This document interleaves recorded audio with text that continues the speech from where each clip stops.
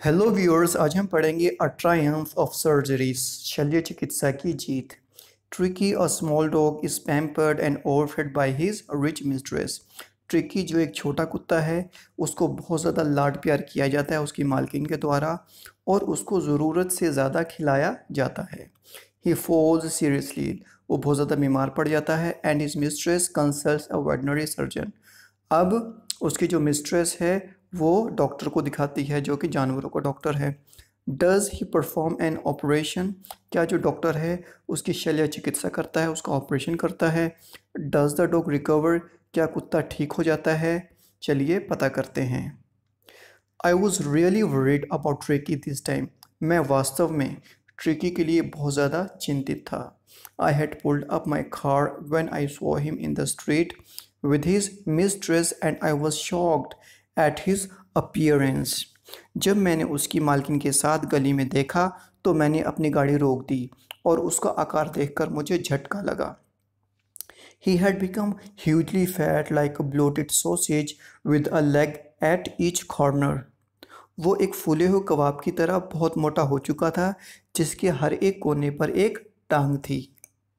His eyes, bloodshot and rheumy, stared straight ahead and his tongue lolled from his jaws। उसकी आंखें खून की तरह लाल और पानी से भरी हुई थीं और वो आगे की ओर घूर रही थीं और उसकी ज़बान उसके जबड़ों से बाहर लपलपा रही थी। Mrs Pumphrey hastened to explain, अब मिसेस पम्फ्री ने जल्दी से इसका उत्तर दिया। He was so listless mister Herriot, वो बहुत ज़्यादा उत्साहहीन हो चुका था mister Herriot. He seemed to have no energy, ऐसा मालूम होता था कि मानो उसके अंदर ऊर्जा ही नहीं। I thought he must be suffering from malnutrition, और मुझे लगा शायद वो कुपोषण से पीड़ित है। So I have been giving him some little extras between meals to build him up, some malt and cold liver oil and bowl of Horlicks at night to make him sleep, nothing much really। यानी कि इसलिए मैंने क्या किया, मैंने उसे मजबूत बनाने के लिए भोजन के बीच में कुछ अन्य चीज़ें मैं दे रही हूँ, कुछ कॉड मछली का जिगर का तेल और एक कटोरा हॉर्लिक्स रोज़ मैं रात को देती हूँ ताकि वह सो सके। वास्तव में इससे ज़्यादा मैं कुछ नहीं देती। And did you cut down on the sweet things as I told you, और क्या आपने उसकी मीठी चीज़ों पर कटौती की जैसे कि मैंने आपको बताया था। Oh I did for a bit, हाँ मैंने की थी थोड़े समय के लिए। But he seemed to be so weak I had to relent, लेकिन मुझे वो बहुत ज़्यादा कमज़ोर दिखाई पड़ा, इसलिए मैंने मजबूर होना पड़ी, यानी कि मैंने फिर से उसकी मीठी चीज़ें शुरू कर दी।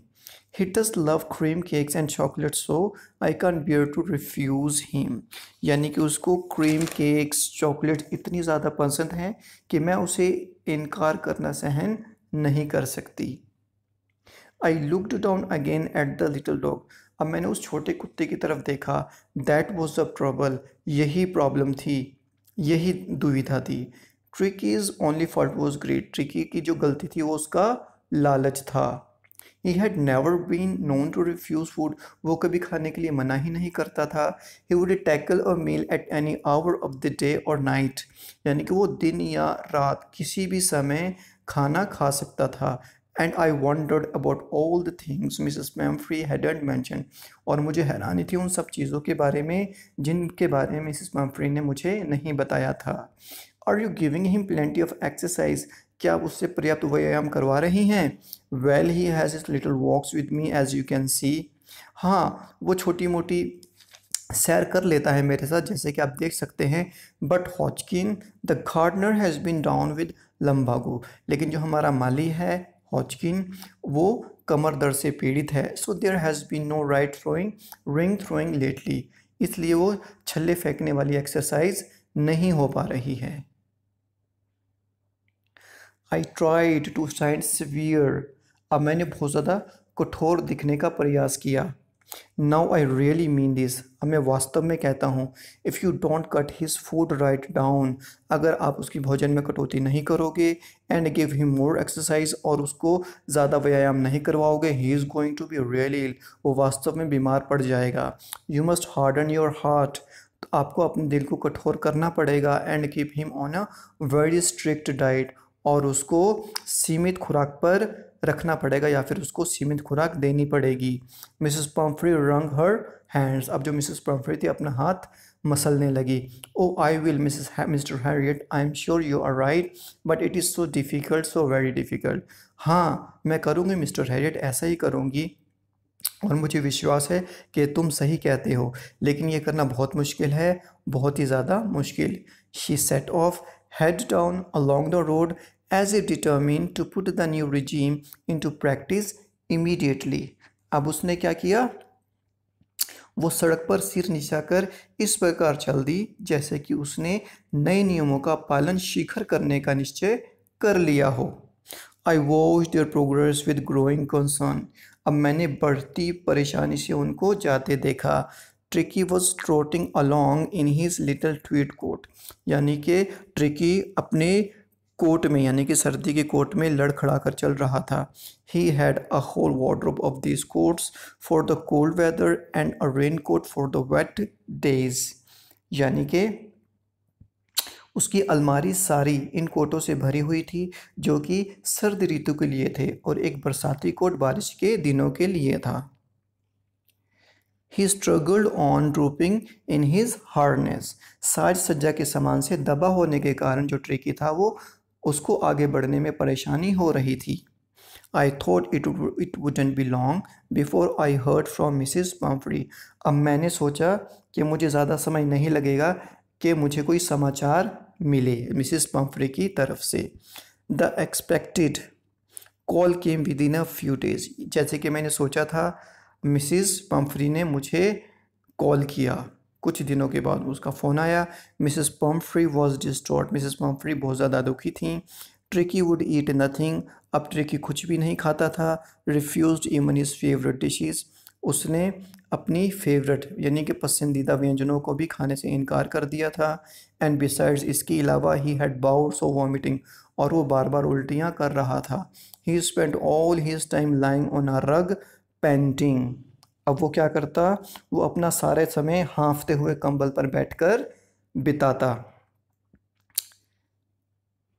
Didn't want to go for walks, didn't want to do anything। यानी कि उसकी ना तो घूमने की इच्छा होती थी और ना कुछ और करने की। I had made my plans in advance. और अब मैंने अपनी योजनाएं पहले ही बनाकर रखी थी। The only way was to get Tricki out of the house for a period. यानी कि ट्रिकी को सही करने का मात्र एक यही उपाय था कि उसको घर से बाहर ले जाया जाए।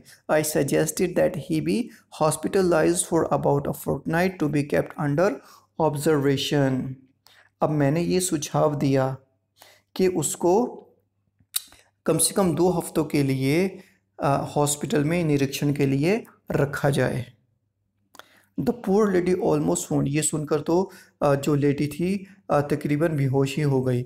She was sure he would pine and die if he did not see her every day. क्योंकि मिसेस पम्फ्री को विश्वास था अगर ट्रिकी ने अपनी मालकिन को रोज़ नहीं देखा तो वो उदास होकर तड़प तड़प कर मर जाएगा। But I took A firm line.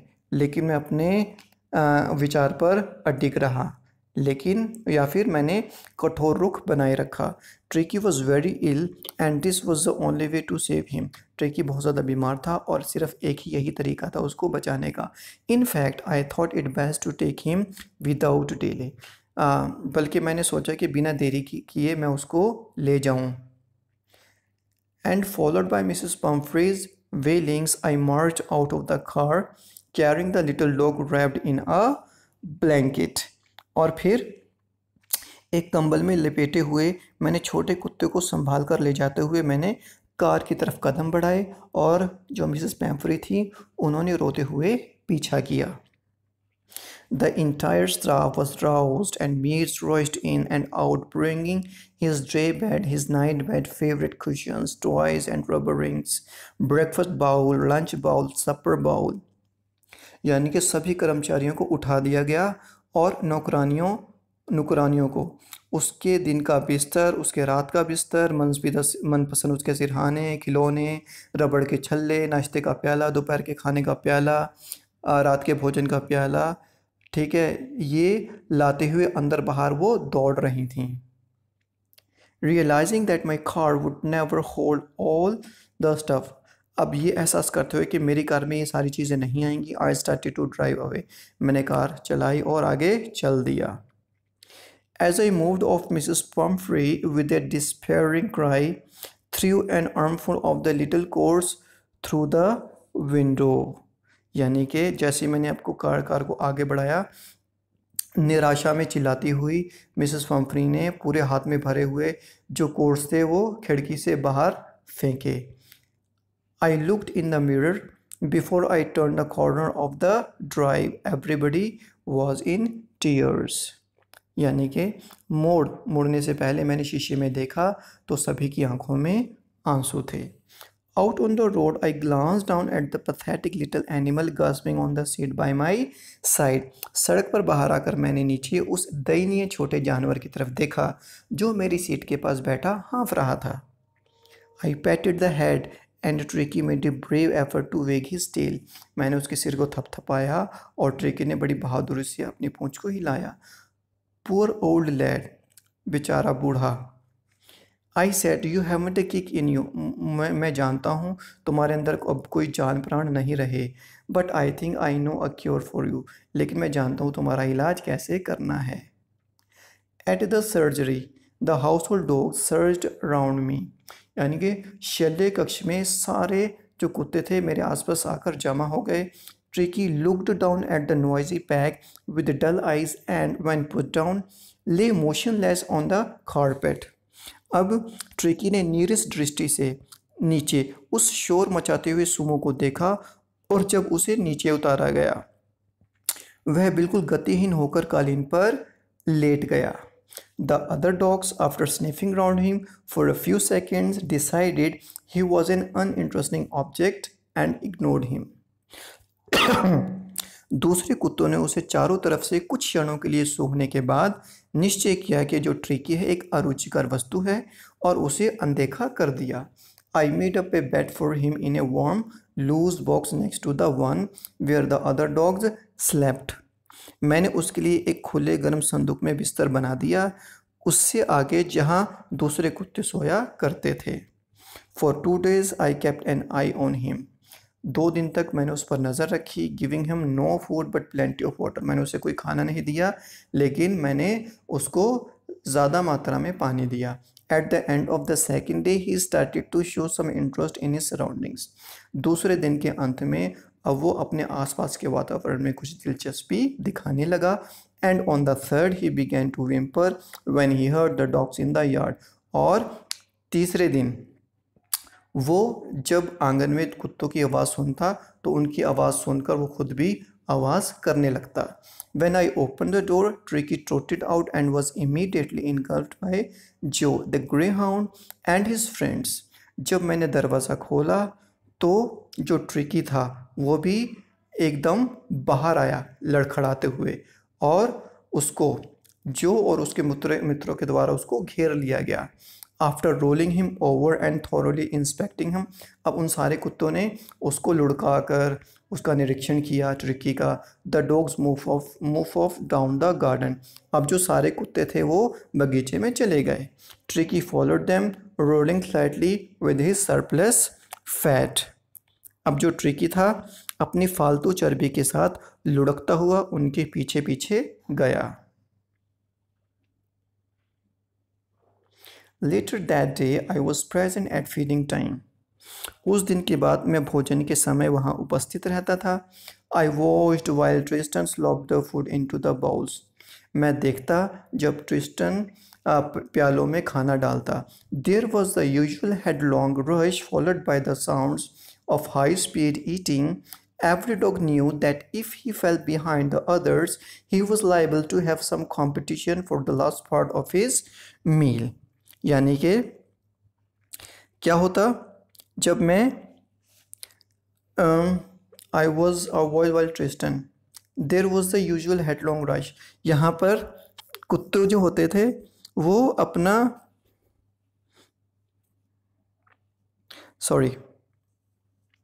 तो पहले की तरह भागा दौड़ के साथ तेज गति से खाना खाने की आवाज़ें आ रही थीं. और क्या हुआ था, यदि पीछे रह गया तो उसे भोजन के हिस्से के लिए अन्य कुत्ते से मुकाबला करना पड़ सकता है। इट मीन्स इस पैरे का मतलब ये है कि जो कुत्ते थे, ठीक है ना, into the bowl there was a usual headlong right followed by the sounds of high speed eating. Every dog knew that if he fell behind the other, he was liable to have some competition for the last part of his meal. यानी कि पहले की तरह ही वो भागा दौड़ी के साथ साथ तेज गति के साथ खाना खाने की आवाज़ें आ रही थीं। हर एक कुत्ता ये जानता था कि अगर वो पीछे रह गया तो उसे अपने भोजन के हिस्से के लिए दूसरों कुत्तों से मुकाबला करना पड़ सकता है।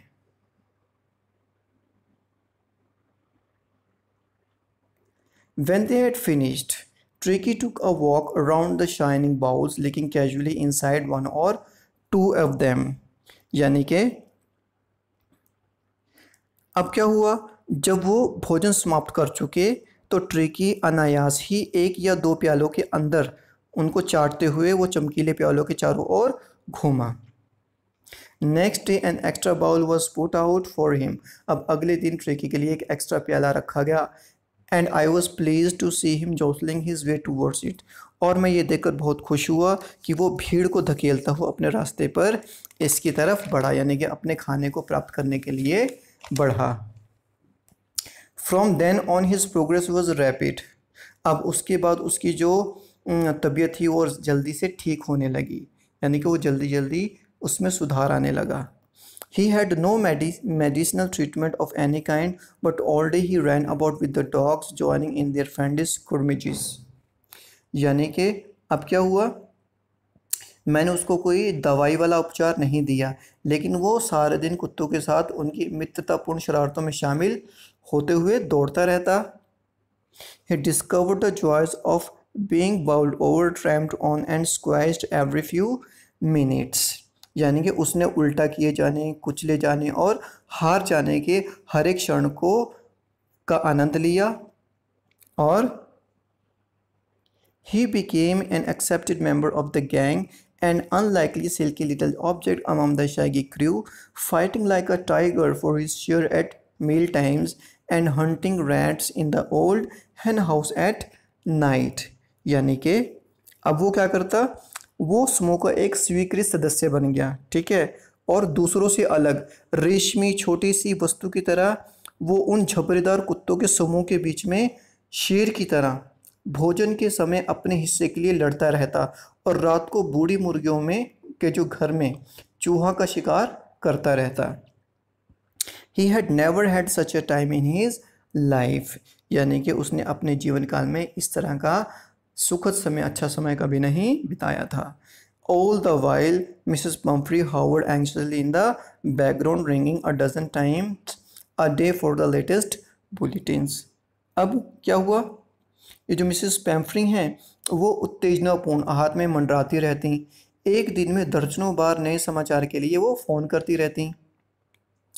I dodged the questions about whether his cushions were being turned regularly or his correct coat worn according to the weather, but I was able to tell her that the little fellow was out of danger.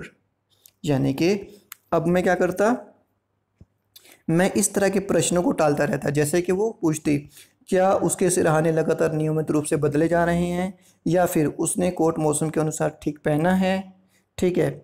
लेकिन मैं ये बताने में के काबिल हो गया था कि उसका जो छोटा कुत्ता है वो खतरे से बाहर है। And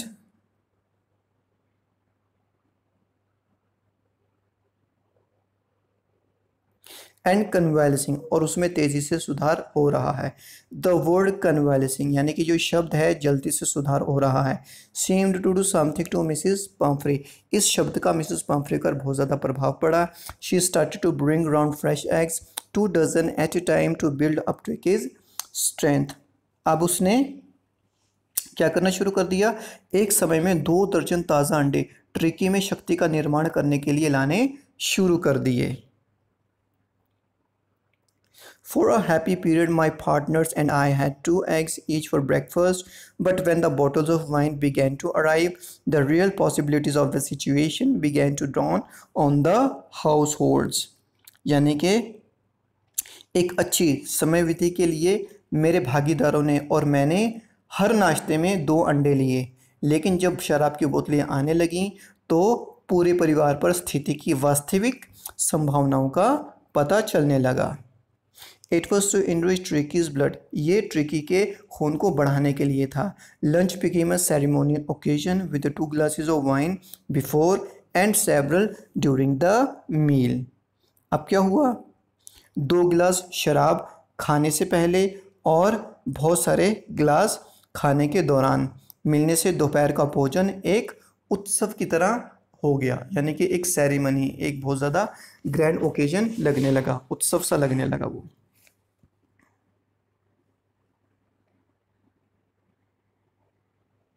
We could hardly believe it when the brandy came to put a final edge on Tricky's constitution।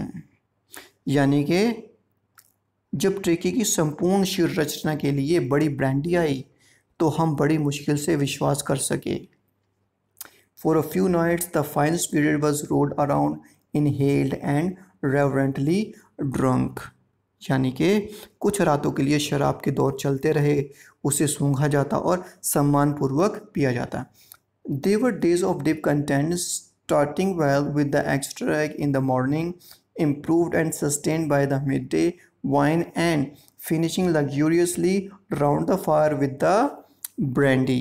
यानी कि वो जो दिन थे गहरे संतोष के दिन थे, जो सुबह एक्स्ट्रा अंडों के साथ यानी कि अतिरिक्त अंडों के साथ शुरू होकर दोपहर में शराब के द्वारा सुधरे और बनाए रखते हुए और रात को आग के पास बहुत अच्छी तरीके से यानी कि विलासतापूर्ण ढंग से ब्रांडी पीने के साथ समाप्त होते। यानी कि उनकी जो सुबह की शुरुआत होती, ठीक है ना, अंडों के साथ, दोपहर शराब की बोतल के साथ और फिर रात को ब्रांडी के साथ, यानी कि ये सारे दिन लग्जूरियसली उनके गुजरे। It was a temptation to keep Ricky on as a permanent guest, but I knew Mrs. Mumphrey was suffering and after a fortnight felt compelled to phone and tell her that the little dog had recovered and was awaiting collection।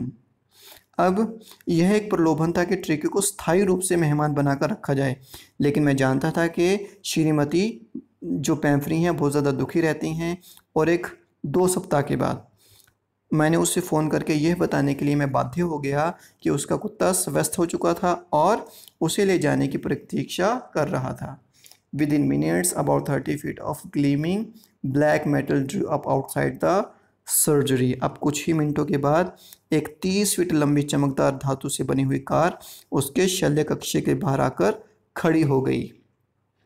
The chauffeur opened the door and I could just make out the figure of Mrs. Pumphrey almost lost in the interior। अब क्या हुआ, चालक ने दरवाज़ा खोला और मैं मुश्किल से मिसेस पम्फ्री को देख पाया, क्योंकि कार का जो अंदरूनी हिस्सा था वो इतना सजा हुआ था कि मैं उसको देखता ही रह गया, मुझे मिसेस पम्फ्री का ध्यान ही नहीं रहा। Her hands were tightly clasped in front of her। अब मिसेस पम्फ्री के जो हाथ थे उसके जो हाथों की उंगली थे, हाथ जो थे उसके जकड़े हुए थे। हर लिप्स ट्रेम्बल, उसकी होंठ कँपा रहे थे। Oh Mrs Herriot, do tell me the truth, is he really better. तो उसने हाथ जोड़कर कहा कि मिस्टर हैरियट प्लीज़ मुझे सच्चाई बताइए, क्या मेरा कुत्ता सही वाकई ठीक हो गया? येस ही इज़ फाइन, हाँ वो ठीक है। There is no need for you to get out of the car, आपको कार से बाहर आने की ज़रूरत नहीं है। I will go and fetch him, मैं जाऊँगा और उसको लेकर आऊँगा। I walked through the house into the garden. अब मैं घर में से होते हुए गार्डन बगीचे में गया। A mass of dogs was hurtling round and round the lawn and in their midst cars flapping tail waving was the little golden figure of Tricki. यानी कि अब मैं घर में से चलकर बगीचे में गया, कुत्तों का एक झुंड चारों तरफ घूम रहा था और लॉन के चक्कर लगा रहा था और उनके बीच में एक कान फटकारता हुआ, पूंछ हिलाता हुआ छोटे ट्रिकी का सुनहरा रूप भी था। In 2 weeks he had been transformed into a lithe, hard-muscled animal. He was keeping up well with the pack, stretching out in great bounds, his chest almost brushing the ground। यानी कि 2 हफ्तों में ही वो लचीले अंगों और कठोर मांसपेशियों वाला यानी कि मसल्स वाला बन गया था और वो लंबी छलांगे लगाने वाले समूह में खुद को स्वस्थ बनाए हुए था, यानी कि वो स्वस्थ हो चुका था और उसकी जो छाती थी ज़मीन के साथ लगभग रगड़ सी खा रही थी। I carried him back along the passage to the front of the house. The chauffeur, अब मैं जो है गलियारे से होता हुआ घर के सामने आया, उसको ले गया। The shopper was still holding the car, जो चालक था वो अभी कार के दरवाजे को पकड़े हुए था। And when tricky saw his mistress, he took off from my arms and in a tremendous leap and sailed into Mrs. Pumphrey's lap. अब जैसे ही चालक ने दरवाजे को अभी उसने थामे रखा था, ठीक है, और जब ट्रिकी ने अपनी मालकिन को देखा तो उसने मेरे हाथों से ज़ोरदार छलांग लगाई और मिसेस पम्फ्री की गोद में सवार हो गया। Then she gave a startled ooh and then had to defend herself as he swarmed over her, licking her face and barking. अब मिसेस पम्फ्री ने हैरान होकर उसको ओह कहा और तब पम्फ्री को अपनी रक्षा करनी पड़ी। क्योंकि वो उसके ऊपर मधुमक्खियों की तरह टूट पड़ा और वो भौंकते हुए उसके चेहरे को चाटने लगा। During the excitement, I helped the chauffeur to bring out the beds, toys, cushions, coats and bowls, none of which had been used. अब इस उत्तेजना के दौरान मैं चालक की बिस्तर, खिलौने, सिरहाने, कंबल और प्याले जो अभी भी काम में नहीं आए थे वो लाने में मैंने उनकी सहायता की। As the car moved away, Mrs. Pumphrey leaned out of the window. अब जैसी कार चली, मिसेस पम्फ्री ने विंडो से बाहर झांकते हुए कहा, Tears shone in her eyes, her lips trembled. यानी कि उसकी आंखों में आंसू चमक रहे थे और उसके होंठ कँपकपा रहे थे। Oh, Mr. Harriet, she cried, how can I ever thank you? This is a triumph of surgery. Oh, Mr. Harriet, वो रोने लगी और उसने कहा, मैं आपका धन्यवाद किस तरह से कर सकती हूँ, ये तो शल्य की जीत है, यानी कि सर्जरी की जीत है। I hope you understand. Thank you so much. Have a nice time. Take care.